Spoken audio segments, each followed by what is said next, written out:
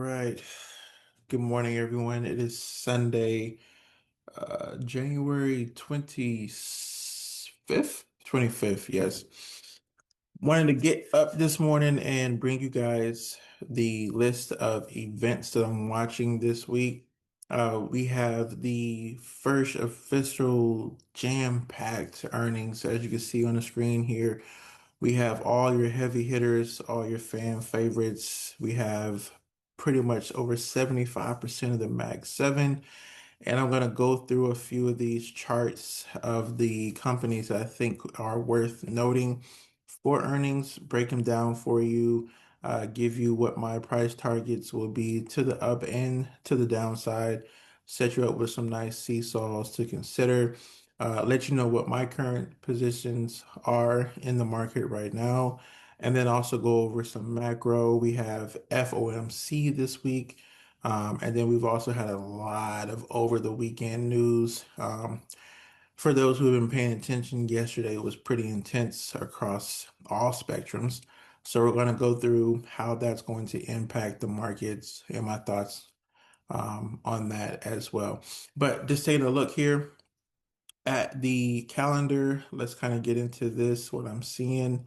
Uh, I am seeing that on Tuesday would be the first day we really have some interesting headlines here for earnings. I like United Health Group, Boeing, Texas Instruments, and American Airlines for Tuesday. On Wednesday, excuse me, on what's this, Wednesday? Where's Wednesday? Did I have anything on Wednesday? I thought I did. Give me 1 second here. Yes, on Wednesday, we have ASML, Microsoft, GEV, Meta, Tesla, Starbucks, IBM, and Waste Management on Wednesday. So Wednesday is the main day of the week. Um, Now we also have Apple and MasterCard, Caterpillar, Royal Caribbean, Blackstone, Lockheed Martin, Decker as well. I think Visa and SanDisk are going to be very interesting. Obviously, we have the mother of them all, Apple. We'll get into that later on in the call as well. And then we have Friday, we have our retail favorites, SoFi, we have American Express and Exxon and Chevron, who have been very big in the news as of late when it comes to the oil. Now, from an eventful weekend standpoint, we kicked off the weekend with more tariff news.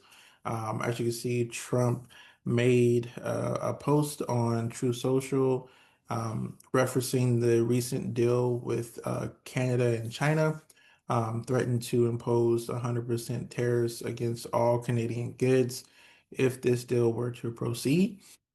So if you were here last week, then you kind of know this. It was the same playbook we got with tariffs on all the EU countries that didn't support his takeover of Greenland. So we were thinking Saturday that that was the playbook again. Post some outlandish threat on tariffs, have the market sell off on open, and then during the week he'll taco, and the market will go back up. But we'll see because that wasn't the only news we got yesterday. Also, we had a very, very unfortunate event that took place. But before we get to that, there's also news that the administration is looking to take a stake in the USA Rare Earth Inc., ticker symbol USAR. They're looking to have a 10% stake in the company. So keep eye on that tomorrow.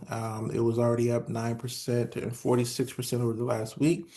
So kind of similar to what he did with Intel and a few other company. He's taking equity stakes in these positions where he's trying to, honestly, I don't know. I don't believe in this. I think this is not what the capitalism and the markets were built for, to have government taking stakes in these publicly trading companies. But nevertheless, we trade the news, we trade the chart, and keep USAR and other rare mineral companies on watch tomorrow morning. Now, what could be the black swan event? I don't think it will be, but what could have the market on edge, as well as we heard head into a jam-packed week of earnings and FOMC on Wednesday, didn't even get to that, is the fact we had an unfortunate incident yesterday involving federal agents and another American citizen was tragically murdered in broad daylight. And because of that, the Democrats are now threatening to not sign and vote for the bill to pass through the Senate that would have funded the DHS to continue their tirade on the American people. So they are now threatening not to sign. And as you guys know, these legislation and deals have to be put in place before the end of the month, January 31st, or we would be looking at a possible another government shutdown. Now, after yesterday's events and this statement from Chuck Schumer, the odds on poly market of another government shutdown shot up to 75%. I think it's over 80% now. So here we go again with another government shutdown looming at the doorstep. Now, the last time we had a government shutdown, the market continued to grind higher. Um, but this time, due to the most recent events over the last month and the backlash that the Democrats got for bending the knee the first time and folding, very curious to see how long, if this will go, um, and how much support it will get from that side of the line to dig in and let this government shut down for longer this time. So that's an X factor we have to take in accountability because it will affect the markets positively or negatively. Whatever side you agree on doesn't really matter. These are the facts, and these are the headlines that will move the market this week. Now, back to earnings. Very good earnings season. I love this time of year. So on Wednesday we have FOMC. The reason why I didn't talk about it much is because it's pretty much priced into the market that Jerome Powell is probably not going to cut rates. PCE came in a little firm, cooler than expected. I've always been an advocate that 3% is the new normal. So 2.9 under 3% to me is fine. Jobs came in okay, consumer sentiment came in fine, GDP came in good. Right now, the consumer is resilient. Retail spending hit an all-time high in Q4. So from a macro interest rates perspective, I think we're fine there. I'm a believer that we don't need to cut rates too fast because that will signal that something is wrong. And we've already come down two or three cuts now to a balanced spot. I think we will get cuts later on in the year, but as of now, I think we're fine with it. The market has digested that, and hopefully we're back centered on what matters, which is the earnings report, the future guidance, and what they're expecting for 2026 and past. So let's get into these charts and show you what I am looking for. We will start on Tuesday with United Healthcare, UNH. That is the ticker that a lot of us like to trade. And they're coming into a big earnings print because they need to prove that they are back on the right track for improving businesses. So let's get into it here. All right, so I'm going to pull up UNH. We're going to do it on the what is this? The weekly time frame first. I like going to the weekly. It gives me a nice, concise price action, and kind of tells the story of where the stock has been and where it could go. If you also go out to the monthly, there's some really good data here as well. For anyone who was with us back when the crash first happened, we bought all of this monthly 200, right? We bought the 230s and we rode it all the way up to 350 and beyond. So since then, on the monthly, we haven't been able to get over the 10 EMA. So we've been stuck at 360 here. And if earnings comes in nicely, then we could finally break over that 360 resistance and continue to head towards 400. So I'm gonna put a nice little clean fib on here. It's pretty easy with UMH. You have an all-time high to that swing low, and you see where we've been rejecting is right near 38.2 as well. So if we get some positive earnings, some good guidance, I don't know now with the government shutdown looming, how the ACA subsidies vote not or not happening or not going into effect, how this could implement healthcare moving forward. But purely based off a chart perspective, if we do get some good numbers and good forecasts, I definitely expect UNH to try to finally move back up in this range here between 420 and 465. So if you are playing the upside, the 400 calls, I believe, from March 20th are very cheap. Probably your best risk there. Your best opportunity cost is to just play the calls. If you wanted to play the downside as well, you can go back to the furthest or the most recent breakout from the EMA, which would be the 23. The 320 puts probably February 20th would be a fair assessment there. So going down a little bit further to the daily, you see also where we're rejecting here on the daily 200, which lines up with my thesis as well. As you can zoom out to the monthly, the same call. So you come in here, you kind of drill down the time frame. You can see why price begins to stall or catch support. Very, very triggered around the EMAs, this stock is. And also we have a longer term downtrend that we're trying to finally break out. We've been able to break it, but we haven't created a new high from it. So keep this on watch as well. If any downside comes, it probably breaks below, retests the bottom of this or top of this channel, and then pop would be nice into this zone. So that's why I'm saying if you wanted to come in here and set you up a new fib based off of the last, what, 3 or 4 months of price action, you can do that easily by coming in here, put your fib here at the bottom, and then you have a nice little set here, and you see it keeps catching the 50%. So 280, if you don't want to spend the premium on 320 calls, you can also put your put here at 285-ish or 290 to the downside for UNH if you want to play the downside. For me, I think the risk is just playing the upside. I think you have better returns just playing one side of this, just because of this name's been beaten down so long. As long as the numbers come in decent, then they should be okay. And then worst case scenario, I think you lose like $200, right? If you only buy one contract. So I set your max risk at 500 on the calls, and then live with the results, whatever happens on the call. But if you just want to protect yourself, you can do some weekly. So end of this week puts as well. Those would be probably cheaper or more affordable. I hate saying cheaper, but more affordable for those who just want some downside insurance. All right, so that's UNH. Let's see what is next here. Give me one second. All right, so after UNH on Tuesday, I believe we have Boeing. Yes, I think Boeing is the one. Now, for those who have been following me for a while, you guys know I love Boeing. Boeing's one of the ones that I wish I would have just stuck with at 170s. I was in and out of this stock.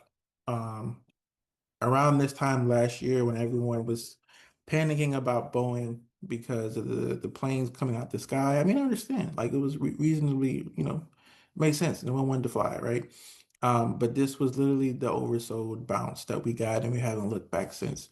Now, obviously, there's been a lot of momentum behind Boeing. There's been deals after deals always seem to encompass some type of buying of Boeing planes, whether it be in the Middle East or different countries. So that's also bolstered the stock as well. And then they're a war stock, right? They make defensive aircrafts and contracts, and we've been going to war lately. We've been doing a lot of offensive things, no matter what you want to call it. We've been doing that. So Boeing has been seeing a lot of beneficial from that. Well, that's red. Let's turn that off. That just gives me anxiety. So you see here, all we did on Boeing was between the most recent swing low in April, which was Liberation Day, to that previous high that we put in. That retracement, all we did was go right back to the 618. So you see here. This is why I was so adamant about, hey, we should be buying this dip. I did, but I sold when we got back to the 200, right? And then obviously I got caught up in other trades and didn't even realize that it continued to go up. But even if you do it another fib on this, you guys can start seeing that fibs and EMAs is all you need in this market. Because if you take this and you go to this range right here, right? Or I think it was actually it was this because this is what caused it to sell off, right? Right here. I remember this day. It was a news channel that came down, something about an engine or something like that, right? So you put this fib here, the 225, down to where that 618 hit, and now you see where we're having trouble again, right at the 1618 extension. So price makes sense why it's doing it, what it's doing it for. If it can get over this 1618, oh man, um, Boeing can see 300 this year. Boeing can see 300 this year for sure.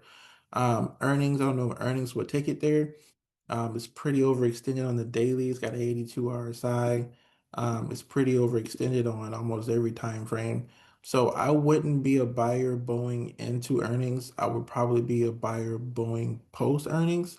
If there's any type of sell-off, I would buy it. If there's any type of momentum to the upside, I would buy it. I just think we just need more data, right? On um, we need more data on Boeing because it's risen so fast. You see on the monthly here, it's been holding this trend basically for since COVID, honestly. So we still haven't seen the all-time highs from Boeing since COVID. And we're right here at the top of a multi-year trend. So if earnings can pop it over this trend and you put your fib at the all-time high that we've never seen again since 2019, down to the COVID low, $89, man, that's one of the ones I still, beat myself up over not going all in on. I remember that day when it happened, when it hit 89, I was like, man, we should be buying leaps. But past opportunities just learn lessons. This is why I've been so adamant about my other positions. But you see here, 308 is at 618 from that recent high. So, like I said, earnings and a few more good headlines. For summer travel, maybe oil's down too, so that could raise the margins of the bottom line for airliners. So 308, 310, anywhere north of three. If Boeing clears 266, I think you get long on Boeing. But worth the wait to more data to see what their forecasts are, see what their shipments are, see what their future order book looks like. But I like Boeing. American Airlines is another one I'm looking at on Tuesday morning. Very cheap stock play here. I think if you wanted to just kind of take some YOLO shares, you could do so. You see it's been in this very defined downtrend here. Trying to make several attempts to break it. It hasn't been able to yet, but once it does, I think you should see 20 plus very, very, very quickly here. So we've got this nice channel here. It's at the top of the channel and it's catching some resistance here, right? But earnings could pop this back over to 2 to 20. I would keep it on watch. More likely, the safest play for American Airlines is shares. It's only $14 right now, right? You could put about $2,000 or $3,000 in it and some shares and see a nice return if this becomes the final breakout of this channel. So those are the three that I like on Tuesday morning. On Wednesday, we start off with ASML. ASML is going to be a big one for the chips and semiconductor space. Um, but this chart is insane. I mean, look at this monthly chart, right? Look at this weekly chart. Very, very overextended going into earnings. I would not be a player of this. I'm not sure what the spreads look like on ASML, but it's way too expensive, I'm sure. And the spreads are probably crazy. So I would just be more so, and look, you see, we're right back here at the 1618 extension. So I would more so just be watchful of ASML sympathy plays. So if ASML has a good earnings, usually that moves your AMDs, your Intels, your NVIDIAs, your Broadcoms, your Oracles, your things that make those type of materials in that atmosphere, in that stratosphere of semiconductors and chips. That's really how I would do or how I would use ASML. I wouldn't be a player of it. I more so would be watching it as a read through for other semiconductor companies. The one I do want to play because of how important electricity is, and for those of you who are in the snowstorm, I hope you're keeping warm and I hope you still have power. But a lot of power lines and things of that nature could be down, so I'm curious how that's going to impact electricity companies, either good or bad. Does that mean they have to, you know, more customers have to buy power? I don't know. We'll see what the post effects of the storm is. But from a pure chart perspective, man, GEV has been one of the ones that I have not been able to time. Every time I'm in it, it's one of the red weeks. And then as soon as my contracts expire, it has a breakout, right? That was the case here at 7:30. I was in $700 calls and literally like at my calls expired Friday. I think that was like Monday or Thursday, whatever that was that week. It broke out. Same thing down here, right? I've seen the setup, and then I'm just not getting enough time on it, but that's okay. I like the stock. I like how it's put in like a mini cup and handle here, and now it's trading in a nice little range that it's put in. Right, it has a nice little range here. And as you guys know, energy is very important, very popular right now, especially with the AI data centers. So I would be very interested in what their thoughts are on that and what their guidance are for the rest of the year. But basically, I like GEV. I think you can see north of 750. If the contracts look okay, I probably will take a shot at maybe some $700 calls for either February 20th or end of the week. I mean, it reports on Wednesday. So end of the week can move those contracts if you're looking for a quick flip as well. But I like GEV. Um, to the downside of obviously if it breaks this what is this? This this 620, right? Then we can have some significant downside of as well because it's been up for well over a year and some change. So, but I would be more so willing to take a YOLO to the upside versus trying to short this, just knowing how strong their book is and how well they've been positioned in the electricity field. But definitely on my radar.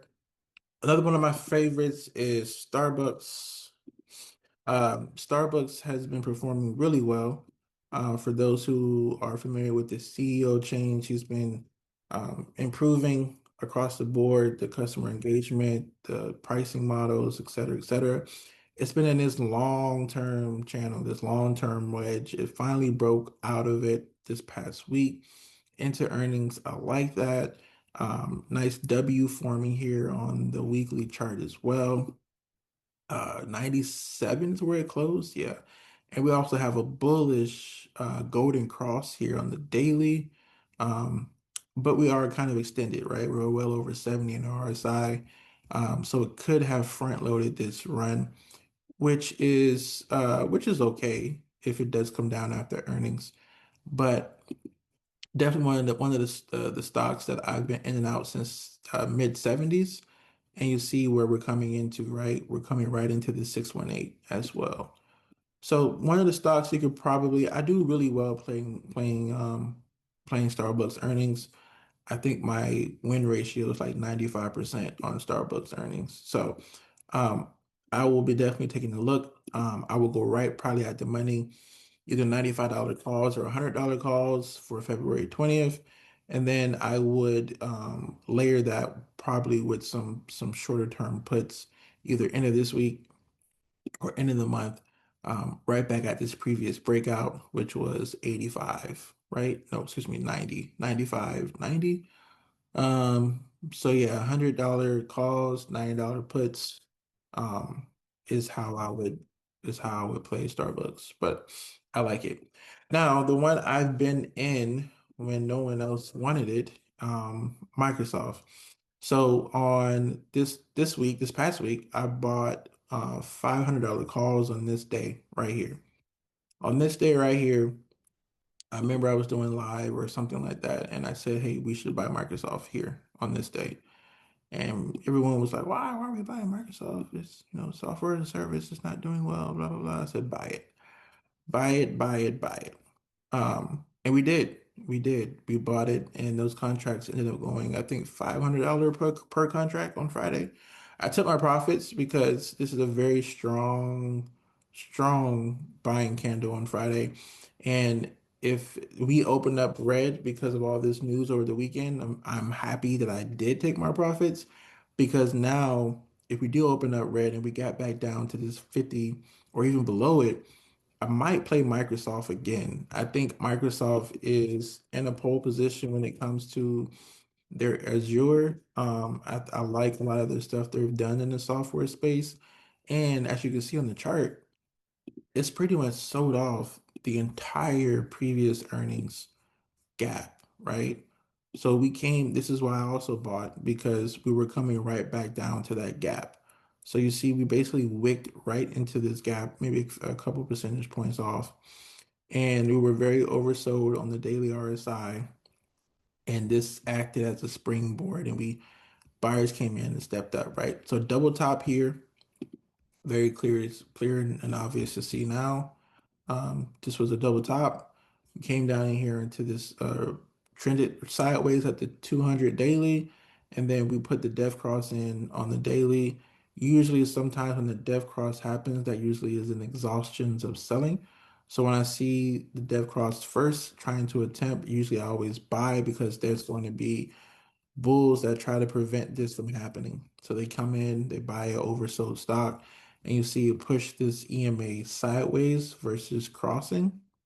And as long as they can trade it sideways, this won't cross. This will kind of come down here and then continue to curve and go back up, right? So obviously the news we got this past 24 hours might change this narrative. We could gap back down tomorrow. And if we do gap back down tomorrow, I will probably be a buyer of Microsoft. Again, the same strikes, the March 20 $500 calls. Um, and there won't be a need for me to play downside. It'll be basically the profits that I made from playing it this past week. It's a free trade, right? You're just giving back or break even. So you don't want to risk all your profits. You want to take a little small percentage of the profits and put it back into a trade and see if you can hit it again.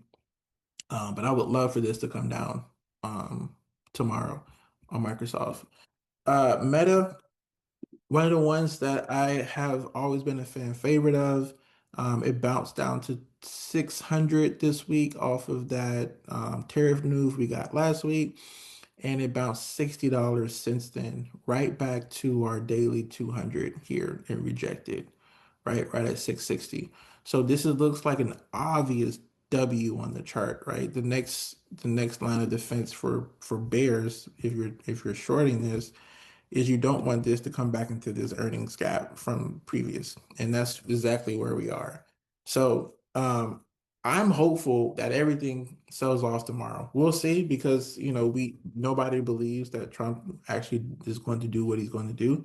So I will see how aggressive the buying is. I think the more important news is, will that government shutdown actually take place?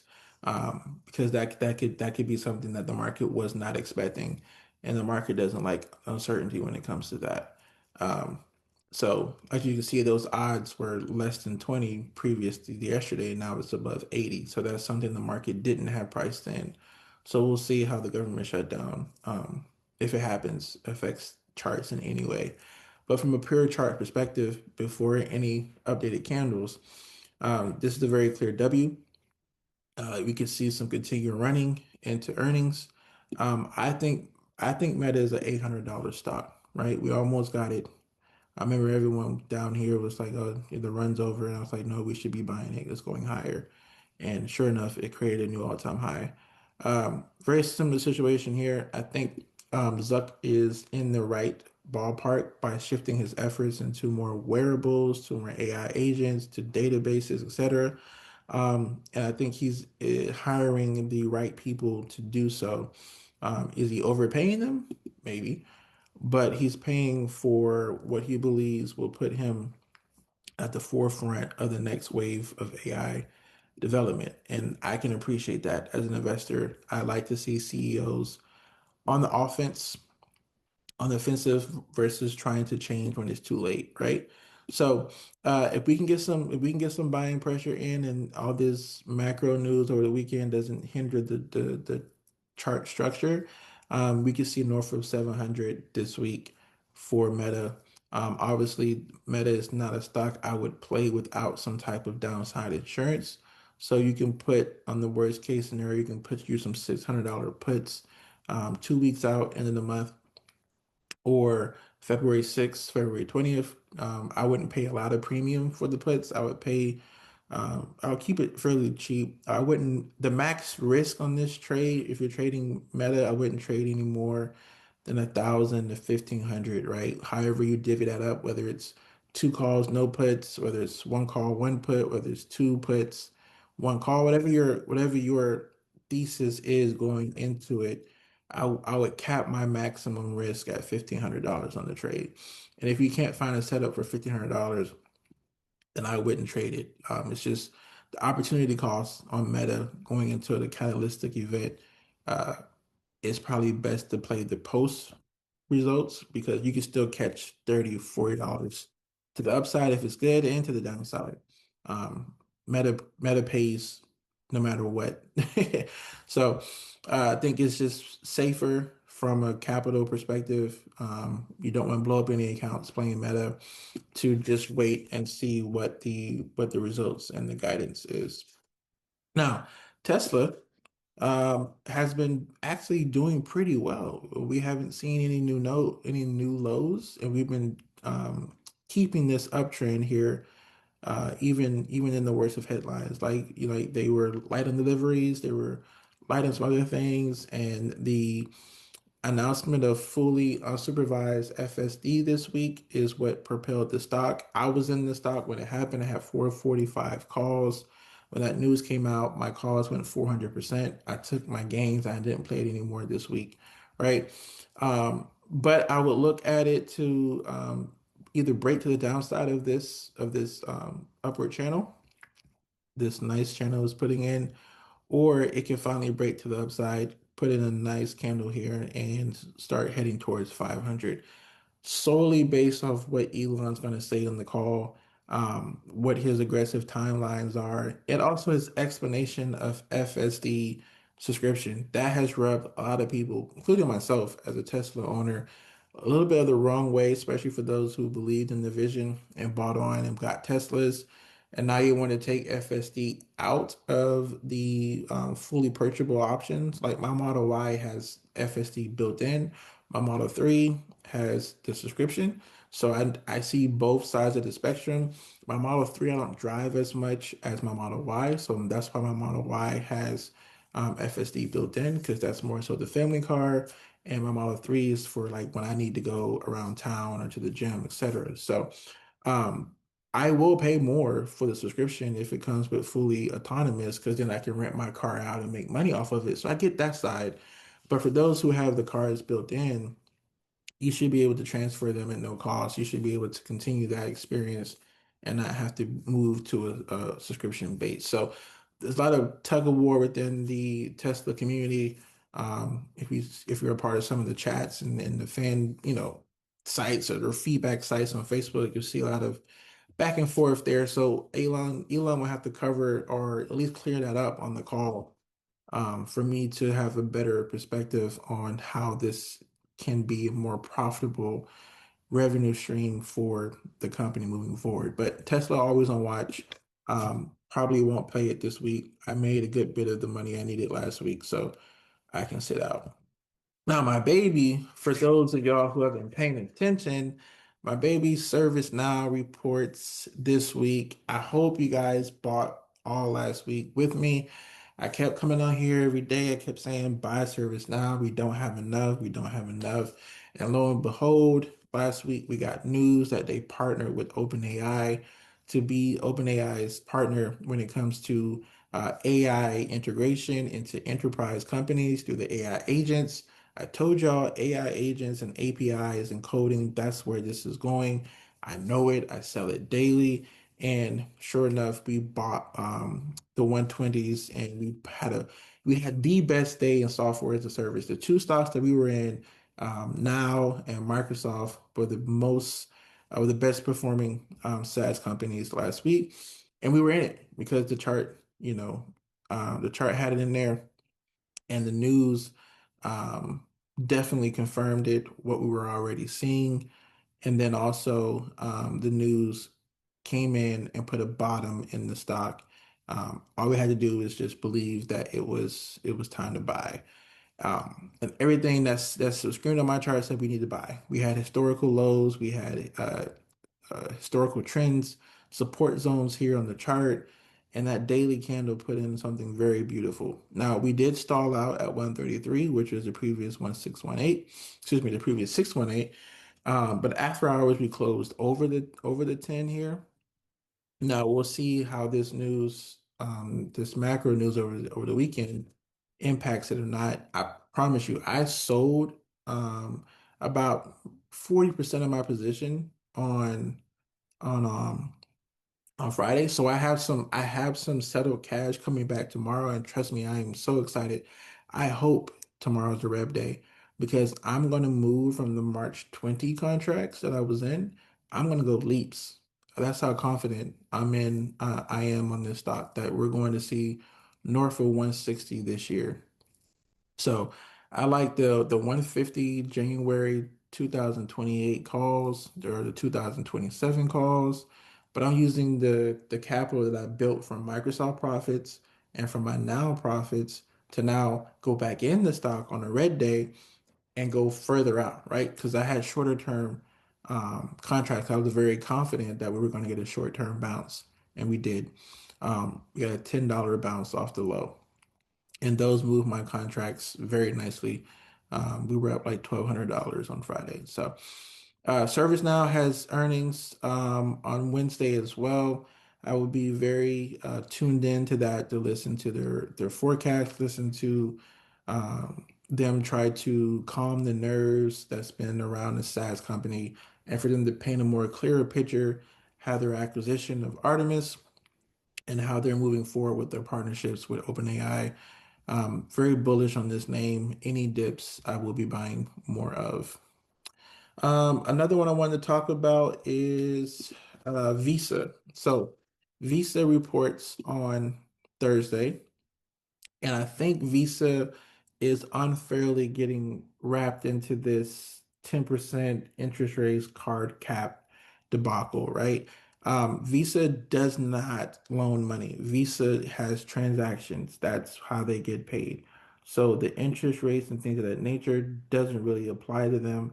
But I get it. It's a credit card, so everyone just lumps them into that. So you have this bear flag on the daily here. I think it'll be invalidated as earnings come, and I think we are going to get a really nice buy here. I think I was looking at the contracts for March 20. I think the $400 calls, looking at 350 calls, excuse me, are a great bargain add here.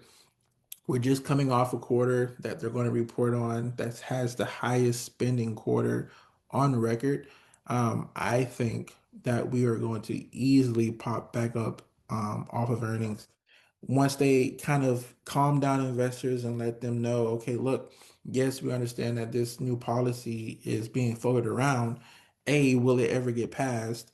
Two, how does it get passed? And then three, it doesn't really impact us that much because of X, Y, Z, right? That's what I'm looking for the leadership to um, portray on the call. And this is why I believe Visa is our sleeper of the week when it comes to earnings. I think we can get right back up to 340, 345, which will have those 350 calls booming, right? So, and I think they're only like $200. So for me, the opportunity cost says buy calls on Visa. Worst case, I think you max risk on $500. Worst case, you miss $500. You average down, and then it'll recover. I don't see. I mean, Q4 last year. I mean, we got the numbers right. The spending was crazy. The transactions were crazy. The credit card debt is high. Um, and I think what people are doing here is just lump summing everything. Kind of how ServiceNow was included in the software, right? That whole sector was just selling off aggressively. But I think Visa and MasterCard are two of the ones that we should keep on our radar as possible buys because I think Visa is going back to 350 plus, right? I think it's there. I mean, we're right here at the 618 retracement, right? So for me, this is where you come in and you take a risk. You put risk on here, right? Right at the 618. So Visa, big watch for me this week. And then obviously we end um, the week with Apple. Apple has been in an 8-week sell-off. It hasn't done this in 30 years. So I don't care what Apple does in earnings. It is extremely oversold on every time frame by every measures of historical performance for this stock. It's right back down to our previous resistance on highs, right? It's got a few levels here that we can notice we chart on the chart, right? It's right in this window. It's right at the daily 200. The RSI is under, I mean, it's cooked. It was like 17 before we had that candle come in. It was at 17 this week. Um, the weekly The weekly is looking even better, in my opinion, when it comes to buying opportunities. The RSI is at the midpoint. We're at the 50 on the weekly at 240. If things go very south, then yes, we can come down back to 200. I don't think so. I think Apple is going to have a great quarter. I think they did really well in China this past quarter. The report came out, said that they were plus 28% year over year in iPhone sales for December. That's telling me that the iPhone, and I have it, I will tell you now, it is one of the best phones I've ever had. Um, and I'm very satisfied where they're going. I like the news that they have incorporating Siri with Gemini. Gemini has been great. Hopefully they can actually follow through and get that done. But I think this is a bullish retracement back to 38.2. 240, 245-ish. And then on the downside, obviously, if you want to put some protection on Apple is beautiful, it's cheap. You can put some 220 calls on there to earnings. I'm in 270 calls myself. I probably will add a 220 put into earnings just because I don't like playing any Mag 7 stocks without some kind of protection, but I'm heavily skewed to the upside. But I will put on some 220, probably February 20 puts on my March 270 calls and ride them into earnings. But I'm looking for I'm looking for Apple to paint a nice, clear picture on their guidance.